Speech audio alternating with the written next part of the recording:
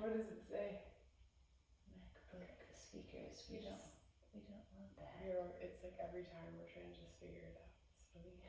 It's funny. We like to, yes, get record of our fumbling. How authentic we are. Yes, that's what I like. We don't even usually, I don't edit. Where's my, oh, here it is. Okay. So I had this original note that I wrote when we were first starting this up, and I sent you a couple of things I wanted to touch on, but if it comes up, I might read from that. But really quickly, if I can find it. Are you ready? Oh, sorry. Oh, no, you're good.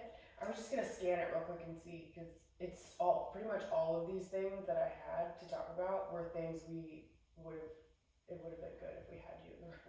Like they pretty much all refer to Rebecca, So that might come up, but okay. I'm fine. If I don't know something, I'll be like, I don't know. I don't think you won't know. It's so much more like just sharing what wisdom and like just super casual words. Yeah. Okay. Yeah. Really just people talking on the couch and chairs. That's it. I can handle that. I can do that. Yeah. Ready? And then, like I say too, we have. Oh, how do I do that? Look at me. I'm trying to do it. We have it so that. Oh, time. No. That's not right. You want to put it on time? I have to have the computer person do it. Yeah. Okay, so if there's something, if you're like, oh, I don't want to put that in, just say it, and then we look at the time. I look at the time and cut it out. Okay, perfect. So like nothing's in stone. Okay, cool. If you're like, damn, no. Can I cuss? Oh my God, yes. Well, yeah, because it is yoga and other shit. So yes. Why am I even asking that? Yeah, throw out as many F-bombs as you like. Yeah. All right, I'm just gonna go ahead and start this since it's all right. right. Let's do it. We're just talking on the couch. So. Yeah, just talking. That's what we should have just called it. That. Just talking on the couch. couch. We're talking on the couch with Rebecca today, our very own. Hi. Hi, Rebecca. Oh, I'm so excited to have Rebecca here. I was just go ahead, pop it. It's not here. But I was just explaining to Rebecca right before we started recording that the very first episode that we did, I had this list that I wrote, and we didn't get to everything, but I'm laughing because as we were talking, I was like, Rebecca would probably, you could chime in on this? Oh, Rebecca would probably have something. So I just would love to have you introduce yourself and tell us how you know us, and we'll go from there. Hi, I'm Rebecca Trussell, and I teach here. I teach at the studio, Lunar Yoga, and I also am a yoga therapist and work out of here. So I know you guys. Rachel, you are one of my fellow teachers, and Rachel. Well, this is confused, Rachel and Rachel. So which Rachel? Yeah, they have to figure it out. Yeah. I'm double R. To the voices. Oh, well, you do spell your names differently, so there's that. So Rachel with an A and Rachel with an E. I have been teaching yoga for a while. I think I started in 2009 and started with yoga therapy in 2000. I went back to school to get a master's degree in yoga therapy in 2019 and officially started practicing in 2021. But the reason I went toward yoga therapy is I was doing a lot of private lessons because at the time I owned a studio. It was one of the former iterations of Lunar Yoga, so it was before Mandy moved in, and I was doing a lot of private lessons, and they always went into more therapeutic aspects of yoga. And I always thought it was interesting because my end for yoga was always the body. I love anatomy. That's my favorite. It still is. It's my favorite thing. When I went through my yoga therapy, there's a lot of I am a circular talker, so good luck, y'all. So are we. We like it. Yeah. Okay. We've been in concentric circles together. That's great because hopefully I'll be able to get back around. But tracking so far. Okay, good. So one of the things I do is I love injury prevention. I love working with people who have musculoskeletal issues and that kind of thing. So when I was going into yoga therapy, I was thinking to do mostly that. And then there was this huge component of psychotherapy in it. And I'm not a talk therapist. Like, I need to be very clear on that. But there is a lot of crossover and there's a lot of gray area. So, each of us as yoga therapists have to be really careful with where we go with that. And I was still sitting in my training, in my graduate program. I'm like, yeah, well, I'm not going to do all that. I mean, this is really interesting, but I'm not going to do all that. And basically, I am moving more and more and more towards mental health issues. And it's funny because my first really consistent private client found me. I just opened a little studio. It was in a huge house, but it was a little tiny room in the upstairs of the house. And he called me up and he was like, I need some yoga. He told me all this stuff, and he's like, I'm not looking to become one with the universe. I just want to, stretch and get healthier. And I was like, all right. And and he was a doctor and had a pretty, stressful job and all that. And so that was not intimidating at all. Here's little old me. I've been teaching maybe 5 years, and this physician's coming in asking for yoga lessons. And then one day he came in and he was like, I said I didn't need to be one with the universe. Today I need a little bit of that. And so there was a lot of that meditation and that kind of, talk in relationships started coming in, and I was like, yeah, I need to do more of this. And it was really funny because as I recently went through a big clean out of things that no longer fit. So I threw out I have thrown out yearbooks. I did that a long time ago. I don't hold on to that kind of stuff. And I found all of my training stuff from my very first yoga teacher training. And I was just flipping through it, and it's it just didn't fit me anymore. It was you outgrow some things. You outgrow a lot of your teachers, and that's the goal, right? If you have a good teacher, because they want you to outgrow. And so I was going through, I'm like, why am I lugging this stuff around?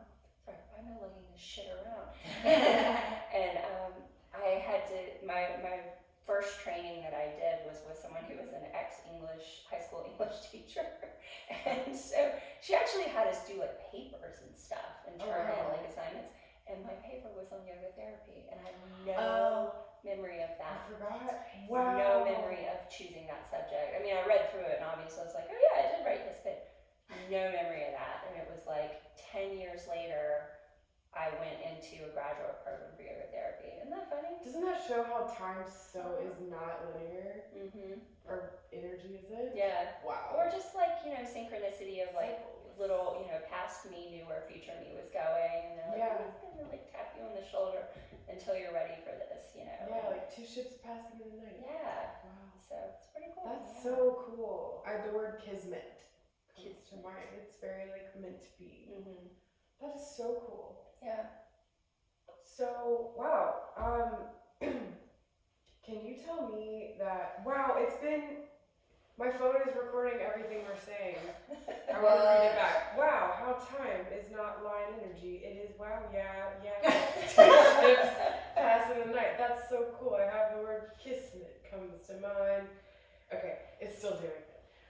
That is super cool, and I want to know a little bit more about the mental health aspect, and I find it interesting that we can go into something so physically minded and then get into something and realize that either it's so connected to the mind or it almost completely has nothing to do with the body, almost.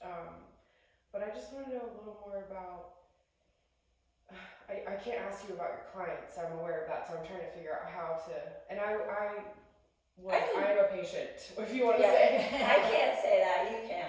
Okay. You're a client. I don't see patients, I see clients. I'm a client. You can tell people whatever you want. I can't say that. So right. I can talk about people as long as I don't identify them, and okay, I'm not going to share super personal stuff. But so I mean, if I can't say it, I'll be like, yeah, I can't go into that. But so what was air horn? No.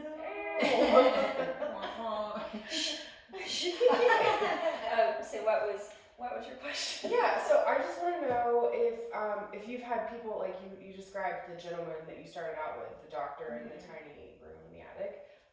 Have you had other experiences with people who just came in thinking it was just physical, and then you found that you're inadvertently guiding someone like on their spiritual journey all of a sudden or something? Or Yes. yes. Well, yeah, and I kind of wanted to add in on that. Like, does it come organically? Do you kind of go into it while they're there? Are they open to it, or are some people just like, nope, just want to do this? Or So it can be really organic, and maybe I should back up and kind of tell you about the process of what I do, because like, you know, I don't usually spell this out for like clients like, well, now I'm going to do this. So when I see a client, I give them an intake that is way too long. I'm trying to cut it back, but everything with yoga therapy is done. The way I practice it is through the Panchamaya kosha model of well-being. And if you haven't heard that term, it's because it is in some old yoga, like it's the koshas, the sheaths of being. So we're not one body, we're 5 bodies, right? And so we have the food body or the meat body, which is the Anmaya kosha. And I really don't usually use Sanskrit with my clients, because most of them don't get it, and I think it's a little much I don't use it with my students as much either, a little bit here and there, but yeah, like one thing that I do tell them, I do talk about the layers, and I describe it as a little Russian doll. You know, so you see the little Russian nesting dolls. And so when you accept for with this Panchamaya kosha model, they get bigger as you go inward, right? So like into smaller. So you have the food body, and then you have the breath body or the energy body, and that is the blood, the circulatory system, the breath, but it's also your energy, and it's also like your your sleep patterns and all these kind of things. All of that makes up part of that. And that one is a layer that's really a bridge to the physical, and then to the more esoteric and more like hard to grasp. So then you have the mind body, and it is it's your emotions, your thoughts, your feelings, that kind of thing. And then you have some people call it the wisdom body, some people call it the intellectual body. So gut, I always tell people, like, you know, when you just know something's a right decision, like that's where you're operating. That's that layer, is that wisdom and that awareness. And I really like to define it more as awareness, because that's what a lot of this is about. Like a lot of our illnesses is like we're walking around disconnected. So it's like building awareness and connection to ourselves. And then you have the bliss body, which is the 5th layer, which I don't like the bliss body name, but that's Ananda means bliss, basically, and it's Anandamaya kosha. And it is, I like to call it your connection to joy. One of my teachers called it connection to awe or wonder. But sometimes I find like if you're really depressed, like telling someone, you know, you just need to connect to awe. It's like, that's hard to pull yourself out of that hole. I mean, even connecting to joy is hard. So when I'm talking with people, I could say, like, you know, think of something that gives you pleasure, or something that makes you smile, something really small, like maybe a really good orange, or a smell, or like your warm fuzzy sweater that you love, like something like that brings you joy.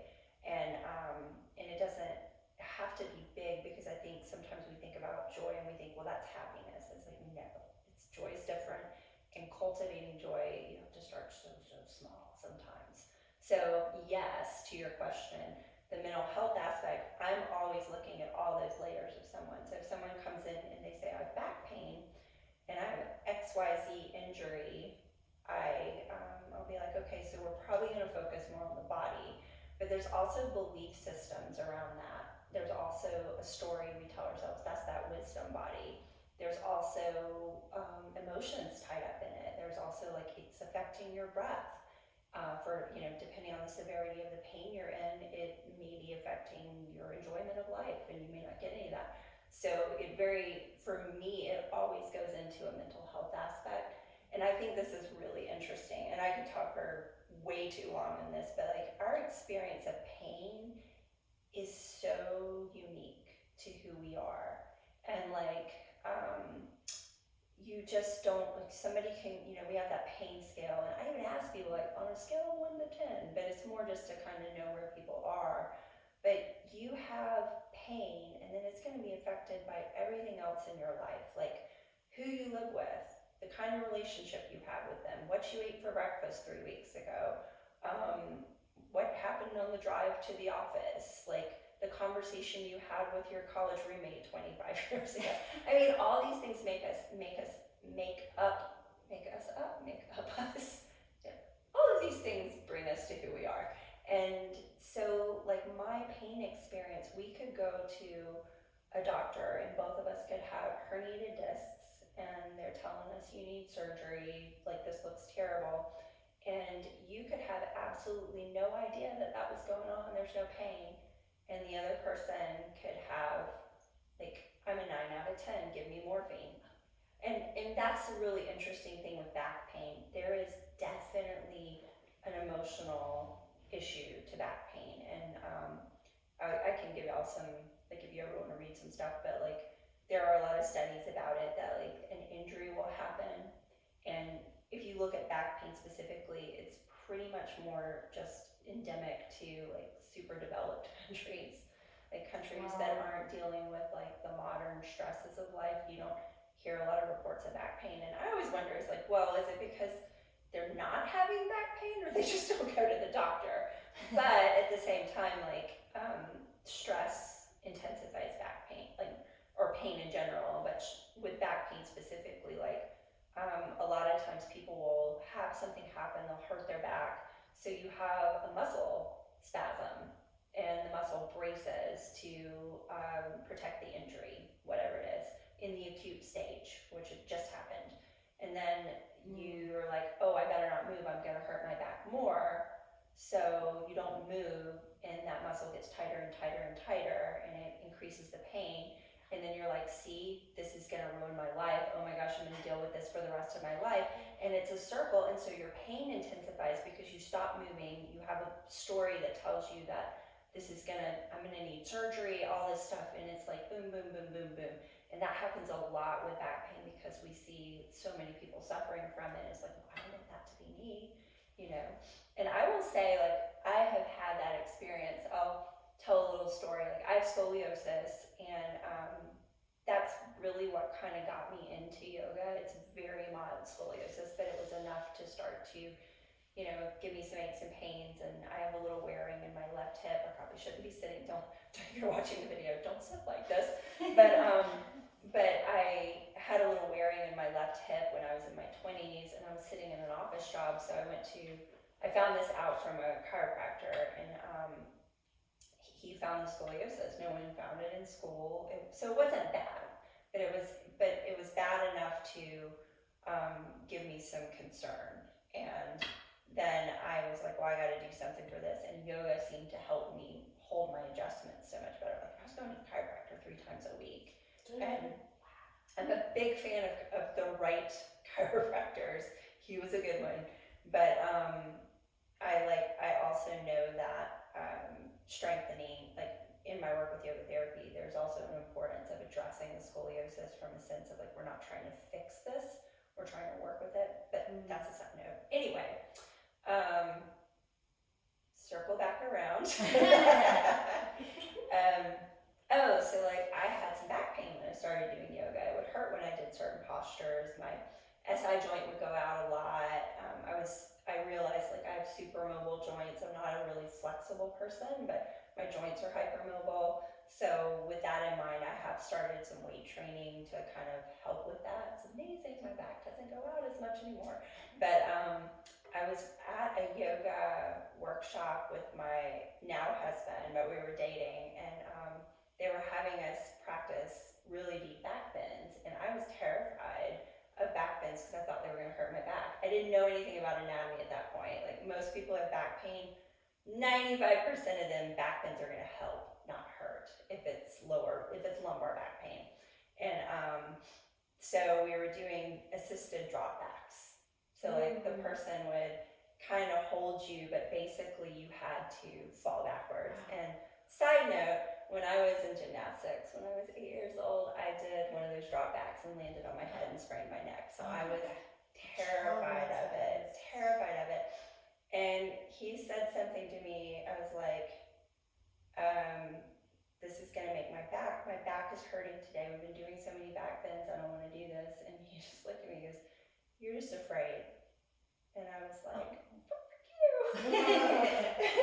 Did it. And like, I was like, fine, I'm gonna do this. I was so mad. And then he helped me do it, and I stood back up, and I was like, shit, he was right. Mhm.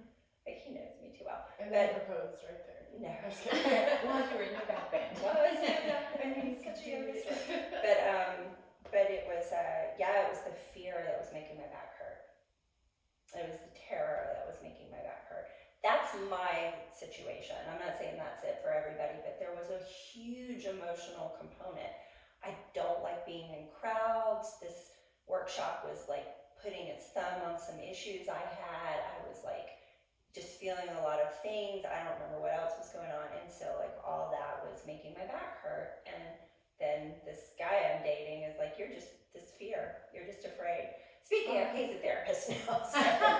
So we might have had a gift of that. But yeah, so anyway, like that's kind of the idea with pain. So to circle back around to your question about mental health, I usually do with most of my clients, if not in the first session, but towards the at some point, I will do some sort of meditation that kind of guides me into understanding like where they are experiencing each layer of that being, all those 5 layers.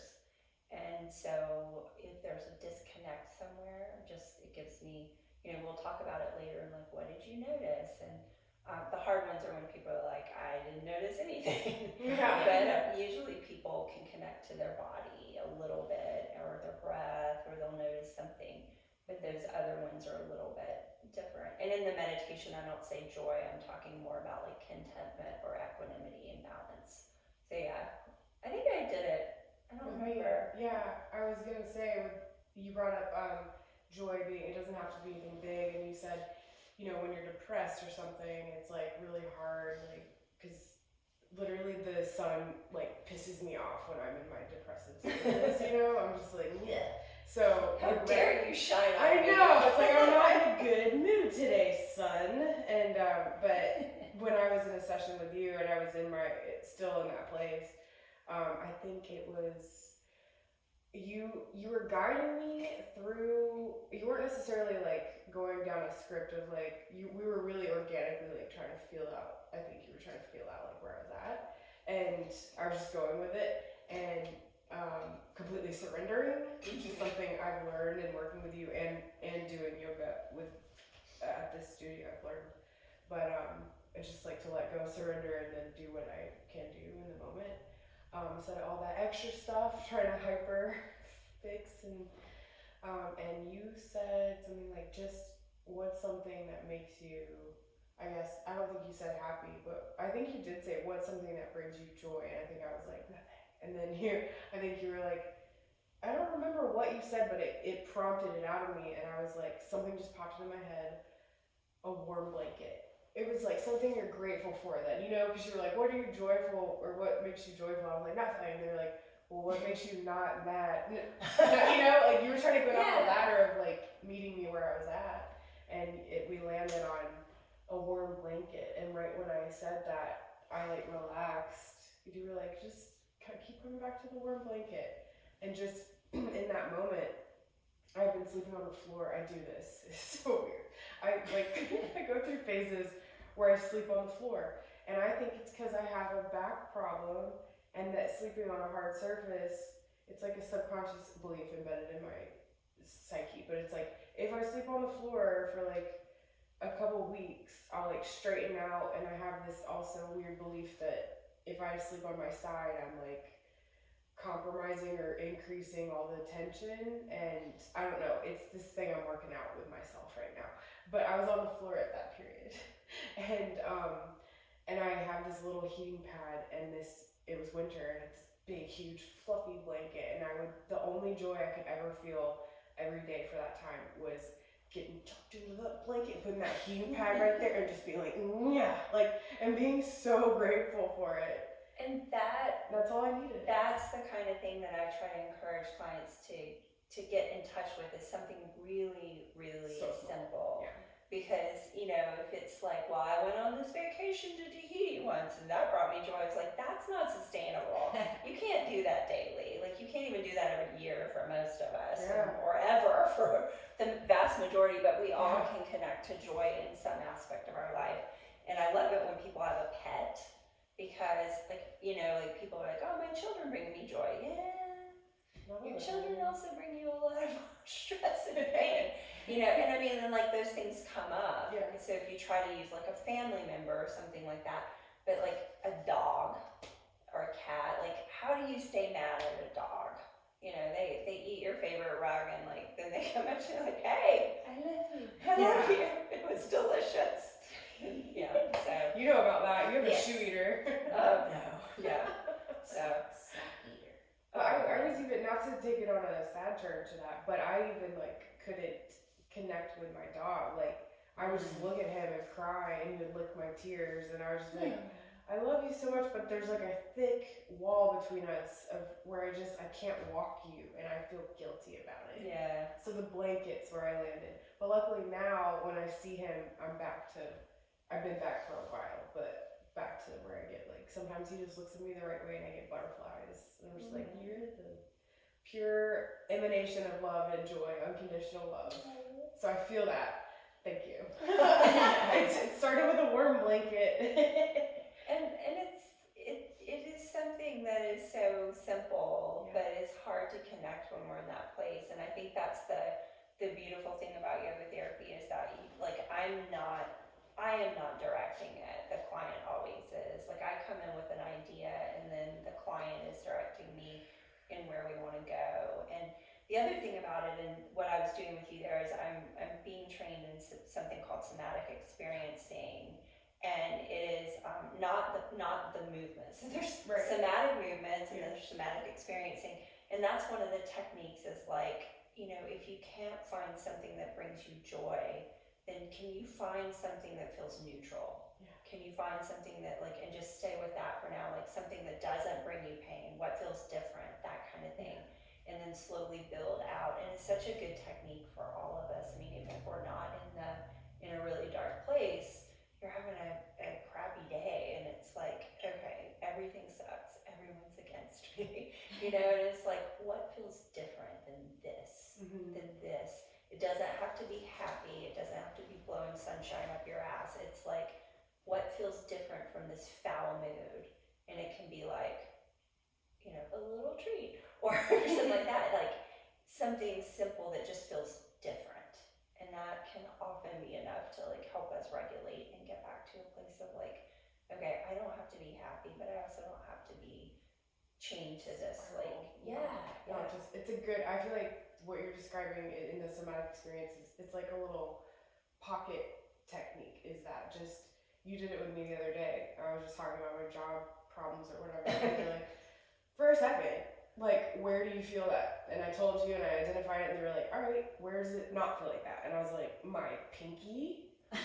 And it worked. And you're doing, like, you were moving, I was like, well, just slow that down and keep moving it. And she's like, and then I went like, whoa, because I felt it move. It was in the pit of my stomach, my solar plexus. It's like the willpower, the like, I have no control here feeling. It was the panic spiral, and it directed into my little pinky. It was like, meow, and I was like, cool. But actually, it didn't solve anything, but it got me in a functional state. Yeah, it helped you regulate. And that's the beautiful thing about the body and trauma, and like, and I'm lumping in like stress of any kind, is like trauma falls under that umbrella. So not big T, but like if you're under chronic stress for years and years and years, it's going to show up in your life. Like, even if you hadn't had like an instance of, you know, like, oh, I thought I was going to die there, or I was physically assaulted or whatever. There is that like cumulative adding up. And if you can allow your body to kind of like use your body to help you regulate, it's just this tool we carry around. Like you may still need to go to your talk therapist and process like the cognitive parts of what's going on and get some behavior modifications. But like that's what I'm finding is there are a lot of people who go to their talk therapist completely disconnected with their body. And it's like they need to do that, but then they get stuck. And it's like, well then let me help you. So what I do is very complimentary, and it's like it does stand on its own for a lot of people, but like more than anything, I'm like, I love it when people have a therapist to go, like a talk therapist to go to, because it's just like, let me help you regulate so you can get your work done with them. And it's really cool, really, really cool. So. Can you tell us, we should have said this at the beginning, but I'll just take a note of what time this is. 28. Can you tell us, for people who don't know, I know we just went into detail, but just for a quick high-level definition, what is yoga therapy, and then what is somatic experiencing? Okay, so yoga therapy is the application of the principles and practices of yoga in a therapeutic manner. So we'll use things like muscle testing, postural assessment, breath work, meditation, mindfulness, yoga nidra, non-sleep deep rest, NSDR is the popular term now. And then I use a lot of somatic movement, which isn't really yoga, but the reason I'm still calling it classical yoga postures, but I'm still using it within that 5-layer module. So that is what yoga therapy is. And it is regulated by the International Association of Yoga Therapists, but it's not recognized by any insurance boards. Of course. So, there's some work trying to get it recognized, which I think there's a lot of pushback on that from a lot of people, and which I think is so interesting, because how many therapists do you go to who don't accept insurance? How many chiropractors do you go to that don't accept insurance? But if you get it regulated and on insurance boards, there are some insurances that might accept it, and it will be more widely known to people of what it is. So I'm all for it. Will I ever accept it? No, because I don't want to have to file insurance. But the idea is it's just going to get it better known. So the problem is I'm certified through this organization, but they really have no like authority to shut people down who aren't. So, Susie Smith could go take a weekend yoga training, decide she wants to be a yoga therapist, slap a shingle down and be like, yeah, here I am. So, but look at the teachings of yoga. I'm just trusting, there are people out there that are doing that, but I'm just trusting that there are if you really are practicing yoga, you're trying to live your life from a place of entirety. You're trying to observe the yamas and niyamas. So there's, non-harming, non-stealing, truthfulness, all those things. Basics. Yeah. So hopefully, for the most part, that won't happen as much, but I have seen some instances already of people doing that, and I just hope that it's from ignorance rather than just like, I'm doing it anyway. Yeah. So, somatic experiencing was started by Peter Levine, and I am not, I'm working on my certification for that. Sure. So Peter Levine, he's a great author, he's a psychotherapist, he's got a lot of information out there working with trauma, and he developed it, and I do not know all the details of that. This is one of my newer things, but it's basically of allowing people to process the trauma that's in their body. And so that whole Body Keeps the Score book is very popular, and it's kind of along those lines that, a traumatic event occurred and we were not able to complete it. We were not able to respond in a manner that helped us feel safe. So you see an animal being chased in the wild, and why don't they get traumatized? Because they have some kind of regulation practice. And I had to watch a video of them tagging a polar bear, and it was really upsetting for some people, but I actually did a little preview training with him, do I want to do this? And he was walking us through, he's like, okay, so watch this bear, and it looks like it's having a seizure, but what he's doing is he was being chased by a helicopter because they needed to tag him and get him somewhere safe. And so they tranquilized him, and when he started to come to, he was convulsing. But then you saw him take a deep breath, and then he calmed down, and it was releasing that trauma that he wasn't able to get out by. It was just wild, and it's like, we need to do that too, but we're taught, I still do, don't talk about your feelings, just shove it down. Yeah. Or you were in a situation as a child where you froze, or you were told like your feelings were bad, or you were, we all have our trauma responses, and there's fight, flight, freeze, or fawn. I do all four. and a lot of us don't do the fight, and a lot of us don't do flight. I mean, we just freeze or fawn. I did realize mine is flight. Yeah. I had this is a funny story, but it was really interesting to hear like what my reaction is, because fortunately I've not been in a lot of I've been very blessed not to have a lot of traumatic stuff happen in my life. I have some medical light trauma, grew up with severe asthma, and that affects you for sure. Not being able to breathe, but I was staying with my mom, and my brother and his wife were there, and I don't know what the whole story, but I was in the basement apartment of her house at the time, and she lived in this house where there was a outside entrance to the basement, and then there's a long driveway up a hill, and it was on a cul-de-sac, and I was having a nightmare, so it turned out, and I thought somebody was in the house, and I heard somebody yell, and it sounded like somebody had been hit. It was awful. It was like a night terror.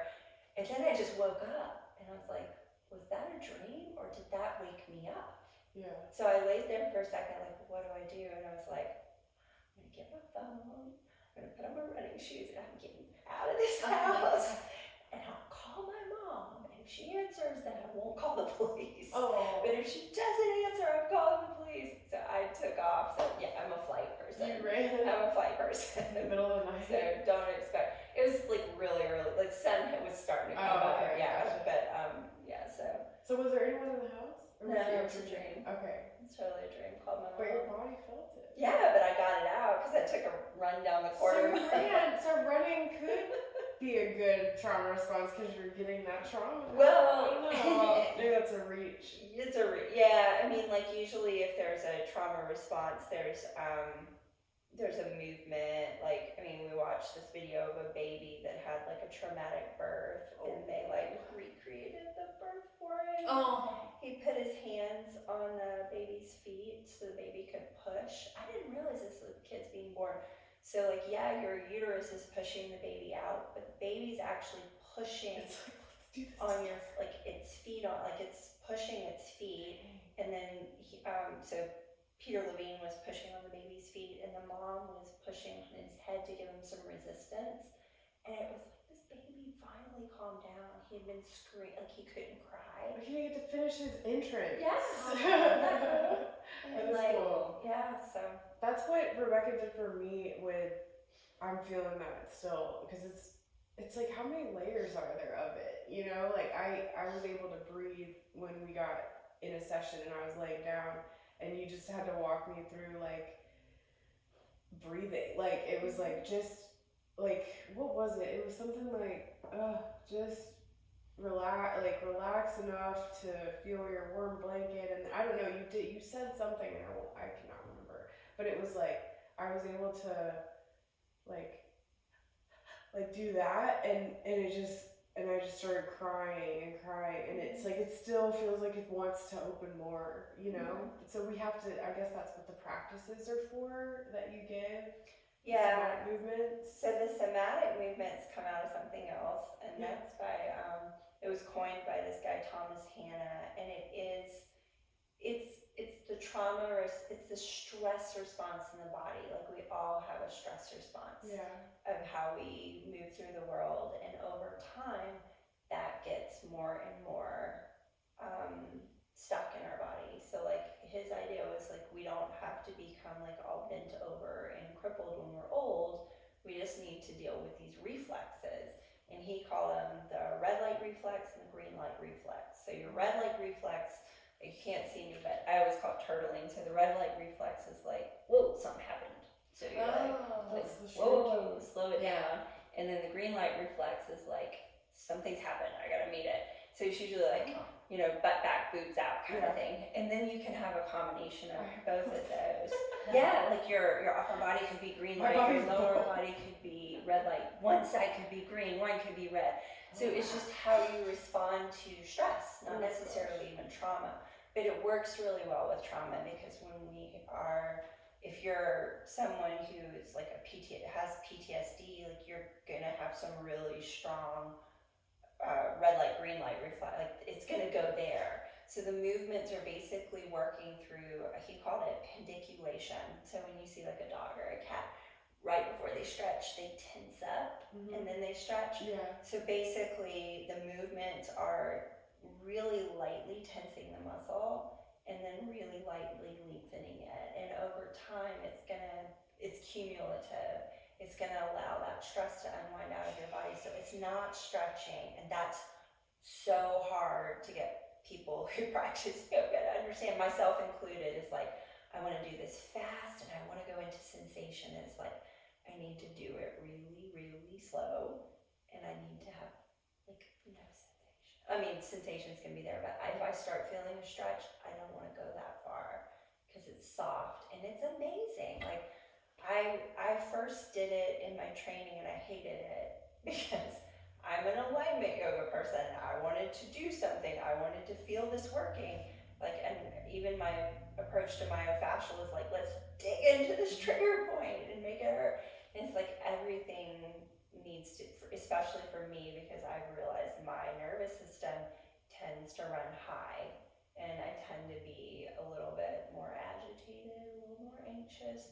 So like digging into my body with like myofascial tools really hard all the time, even though it feels good, Activates you, right? it's activating, and now I can tolerate it. But yeah, I do the somatic movements myself because, you know, like I deal with a little anxiety, and when it ramps up, I'm like, what's this coming from? And I tell my clients to do it, and then I'm like, why am I not doing it? So yeah. It's so hard to do those. That's so funny that, I mean, we're similar in that, and I think a lot of people can relate, where it's like you want the big reward for your movement. Like you want to feel that big release. And Rebecca would always tell me in our sessions, like, you're gonna feel like you're not doing anything, and that's how it's supposed to be. And for me, I would be like, what the fuck? What does that mean? Like, I need to like force it into place, and it's the complete opposite. So it's such a learning experience as a human being to reverse that. And I feel like it's a bigger mirror to all of our society, where it's like, force it, put your head down, make it work. That's what strength is. But I think strength is being able to completely surrender and let your body's wisdom allow it and get out of the way. But it's so hard. Yeah. It is so hard to let go. And knowing that, like, if you're someone who has always been pushing, you might have to spend some time just focusing on resting, and then eventually the pendulum swings back and you find balance. And that's that ananda maya kosha, that's that bliss body, that's equanimity. So you can rest when you need to rest, and you can work when you need to work, and you can hold both. So it's not an either or, it's a both and, but sometimes we have to be in the either or for a while to cultivate that, right? So, and I still like to do a stronger yoga practice. Like, I just do. It's satisfying. But I don't do it to the extent that I used to. I've let go of a lot of it. Part of it just doesn't interest me as much anymore, which is funny. Like, I used to be like, oh, this is fun, and now I'm like, I just want to do like what interests me is the more like just the nuances now, which I love. Yeah. I mean, y'all know how much I love props, so Yeah. I love all that.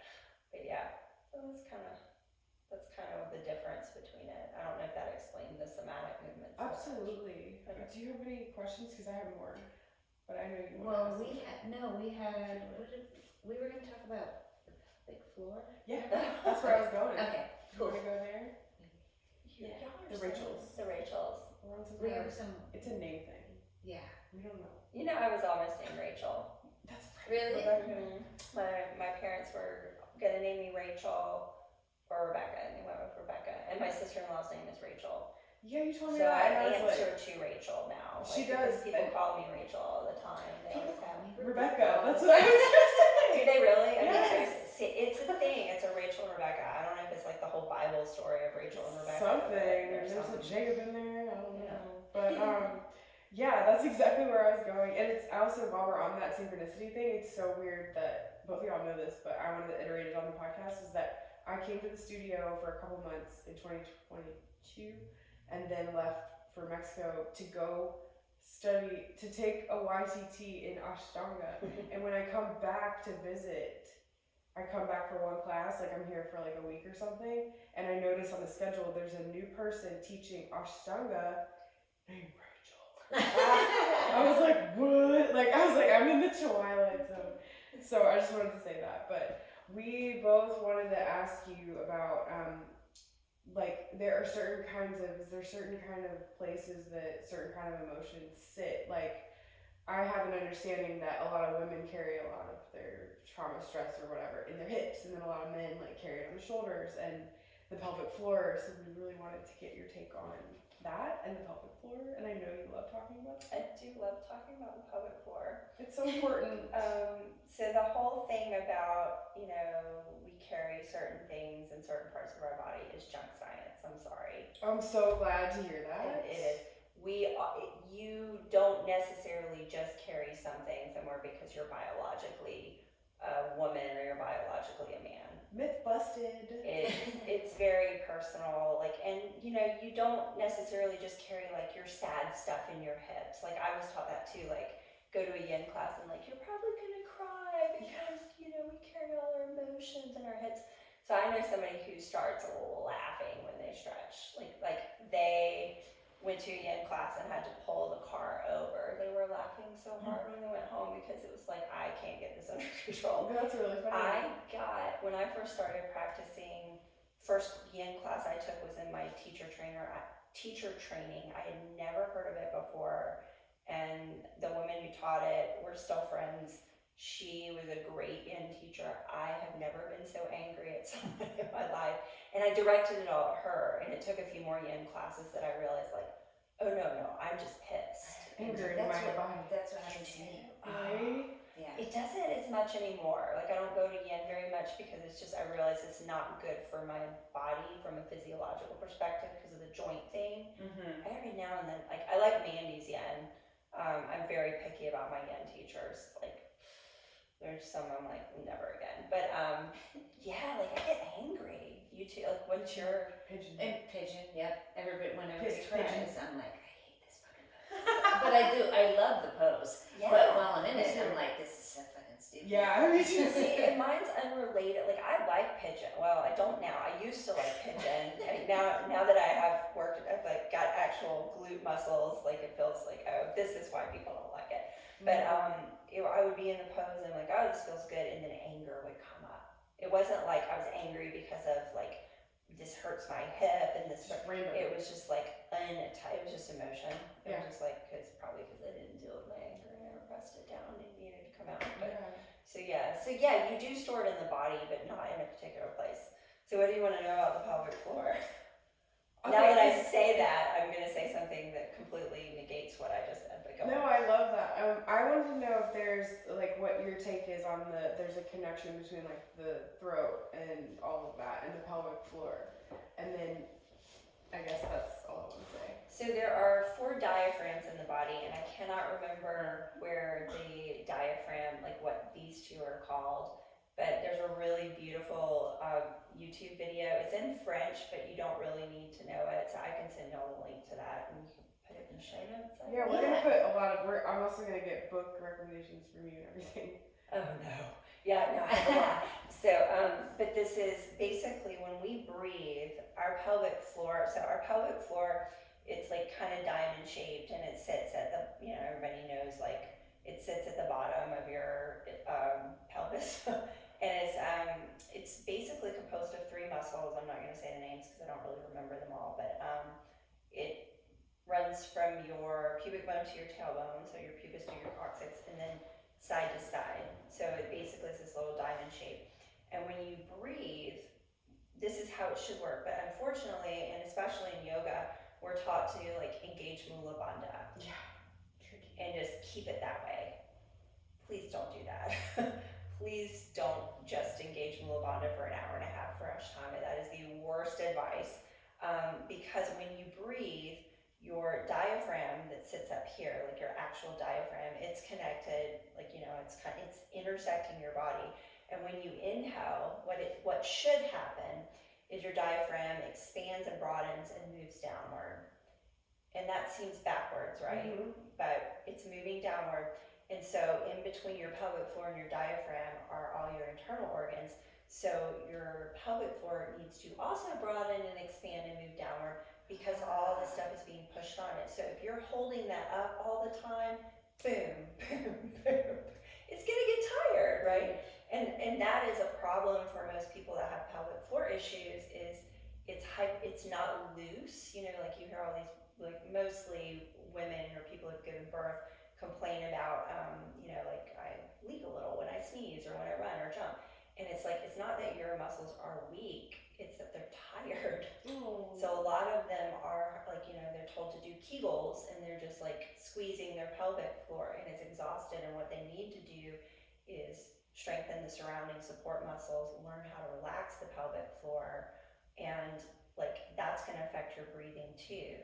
So I said that we don't, like a lot of people who are anxious, they do have a higher resting tone in their muscles than people who don't have a lot of anxiety. I'm talking more like generalized anxiety disorder. And so a lot of times that will show up in the pelvic floor as well. So a lot of people who have high anxiety, if they went to a pelvic floor physical therapist, got tested, they're going to have a really high tone in their pelvic floor. It's going to be very tense. Meaning it just can't relax. Yeah. That's how I feel like my whole body is. and it, like, anxiety can make our body feel tense. Mm-hmm. So like it's learning how to address that all over your body. But there are specific things you can do for the pelvic floor to help it relax, which is just like wild. And I mean, like, we all need to do it, men, women, it really doesn't matter. If you have a pelvis, you have a pelvic floor. I was doing a workshop and I was like, if you have an ovarian uterine system or if you have a testicular system, you have a pelvic floor. But with people with a testicular system, it's going to show up as the side effects aren't as obvious, but they're going to feel the pressure. They may deal with a lot of constipation, which like that will happen too for like, we hear about incontinence, but a lot of times it can be constipation. Mm-hmm. And a lot of times, so you've got these diaphragms working in conjunction. So a lot of times learning to relax your breath diaphragm, like the diaphragm, can help with pelvic floor movement as well. Mm-hmm. They're both attached. And then there's this little one in your throat, which I can't remember. And then this little one somewhere up in your head. And that's in the little video that I've seen, and it's like you watch them all go up and down in unison. And it's so cool. And like you're, oh my gosh. So is that. So it is what? We're just. Oh, we needed to get our clavicles. Like for shallow chest breathers, for anxious people, mm-hmm. which the Rachels are. And I've been trying to figure out how to breathe since I've met you, and we wanted to know the connection between the diaphragm and then or the QL or something. Doesn't something like stretch up here and connect? Like, why does it hurt when we try to breathe here in that divot? Like if we expand our it hurts so bad right here. It comes up, yeah. She's like, y'all are fucked up. Yeah. It's like, are we like, you're probably, it feels like I'm trying too hard. I mean, that's always the case.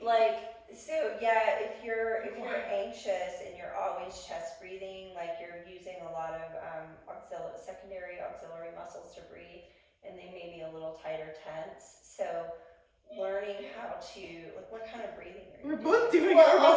We're both doing it. No, but I don't know if mine isn't like doing hair. Like I'm constantly this way. this is how I am in my track. Same with me with my lap. So if I'm sitting here like this and I'm expanding, It's like, it just it's like, tight. Yeah. Yeah. Tightens. So you're like this all day. So I need Well, no, I mean, so think about it. You're leaning over someone all day, and then I know you've got dogs, and you're walking. Do you walk them on leash? So you're holding a leash, and you do Ashtanga, which is a lot of forward folding, a lot of hands down. It's not heavy on the back bending and the prepping. So like all of this is going to be, your arms are, I mean, I can see they're internally rotated a little bit. Pec minor's probably really, really tight. Yeah, same. Help. Well, one thing you can do is take your hands wider in downward facing dog. I definitely do that. And do less of this in chaturanga. You know, like the Ashtanga chaturanga is just going to help keep that internal rotation. There's myofascial releases you can do. But like I have found with the somatic movements that has helped a lot with the shoulders. There's some movements you can do on the shoulders and open that up. But yeah, like just get like I used to be like, just get a lacrosse ball, go get a massage ball, get one of the softer ones. And I mean, you can just take it and put it in there and take it into a doorway. And I mean, if you can see the video, I'm pressing. So your pec minor is like this.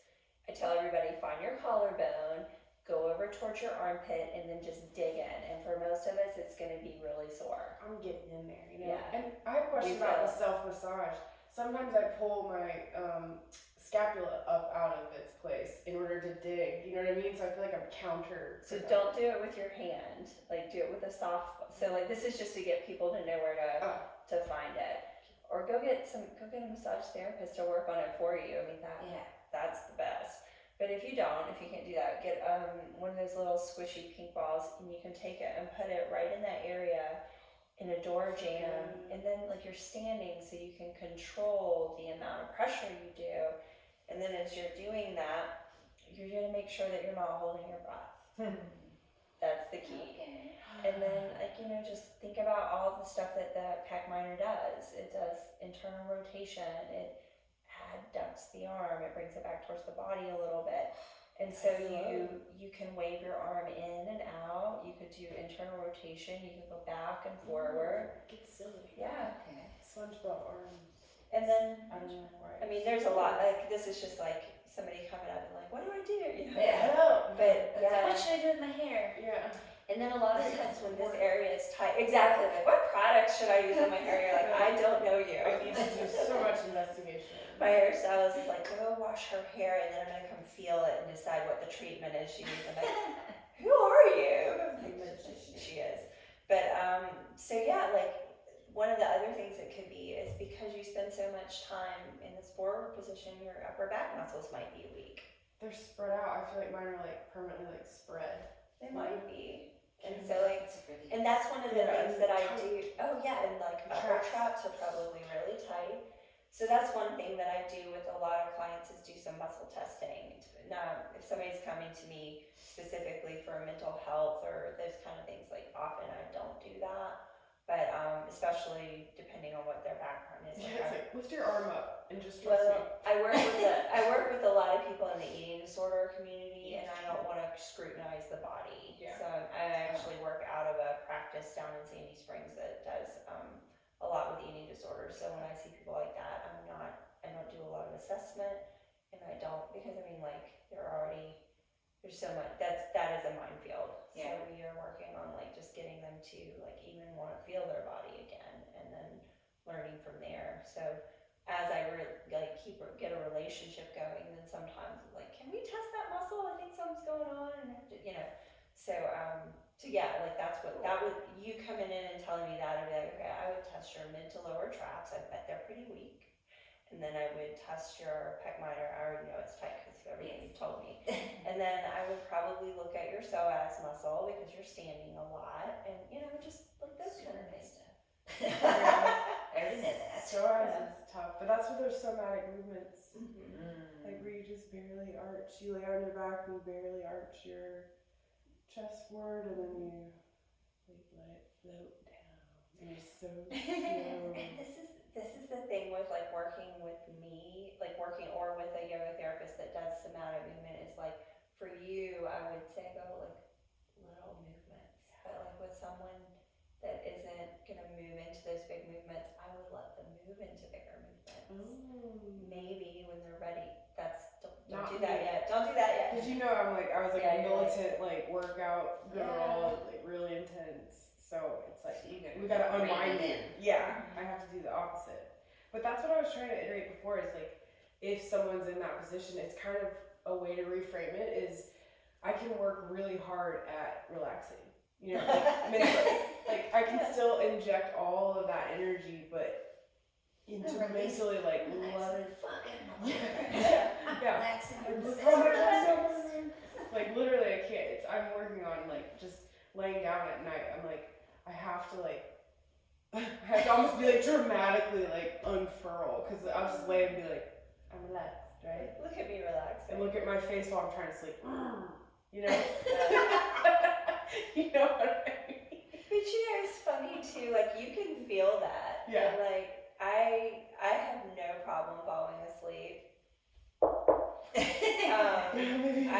I've wondered sometimes if I have liver narcolepsy. Like every now and then I'll have a night where it's like I'm, you know, like I have some insomnia. I'm not saying that's never happened to me, but for the most part, yeah, like I don't have trouble going to sleep or staying asleep. But I grind my teeth. Yeah. Same.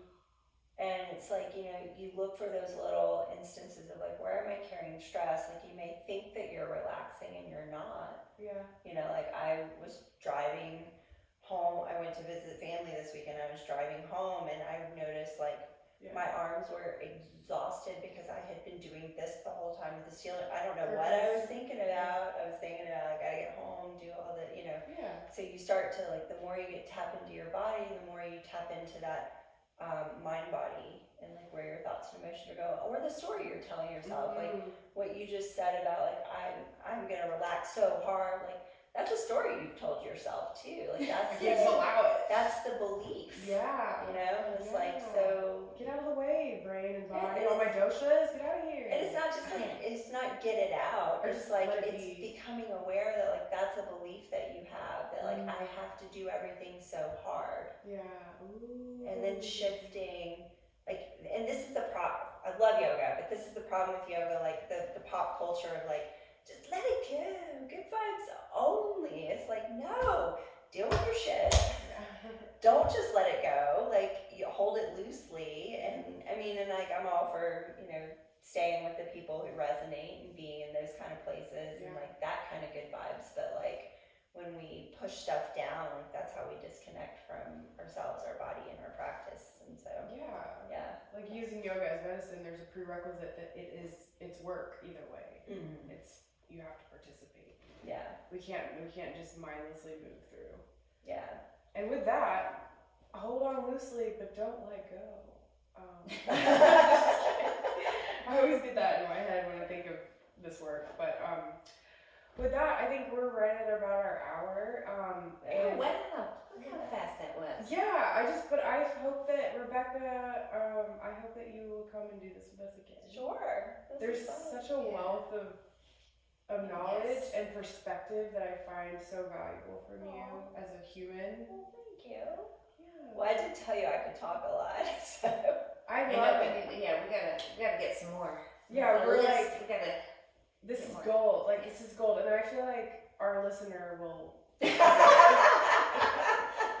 I feel like our listener will agree and want more. So I'm curious about your listener. We gotta do a little demographic case study on our one listener. We'll figure out. We don't want to get to 20 episodes. I've listened to a couple. You have more than one listener. We're kidding. But yeah. So thank you, Rebecca. Yes, thank you y'all. so much. Thank you for inviting me. This was a lot of fun. Absolutely. We'll see you next week. Yeah.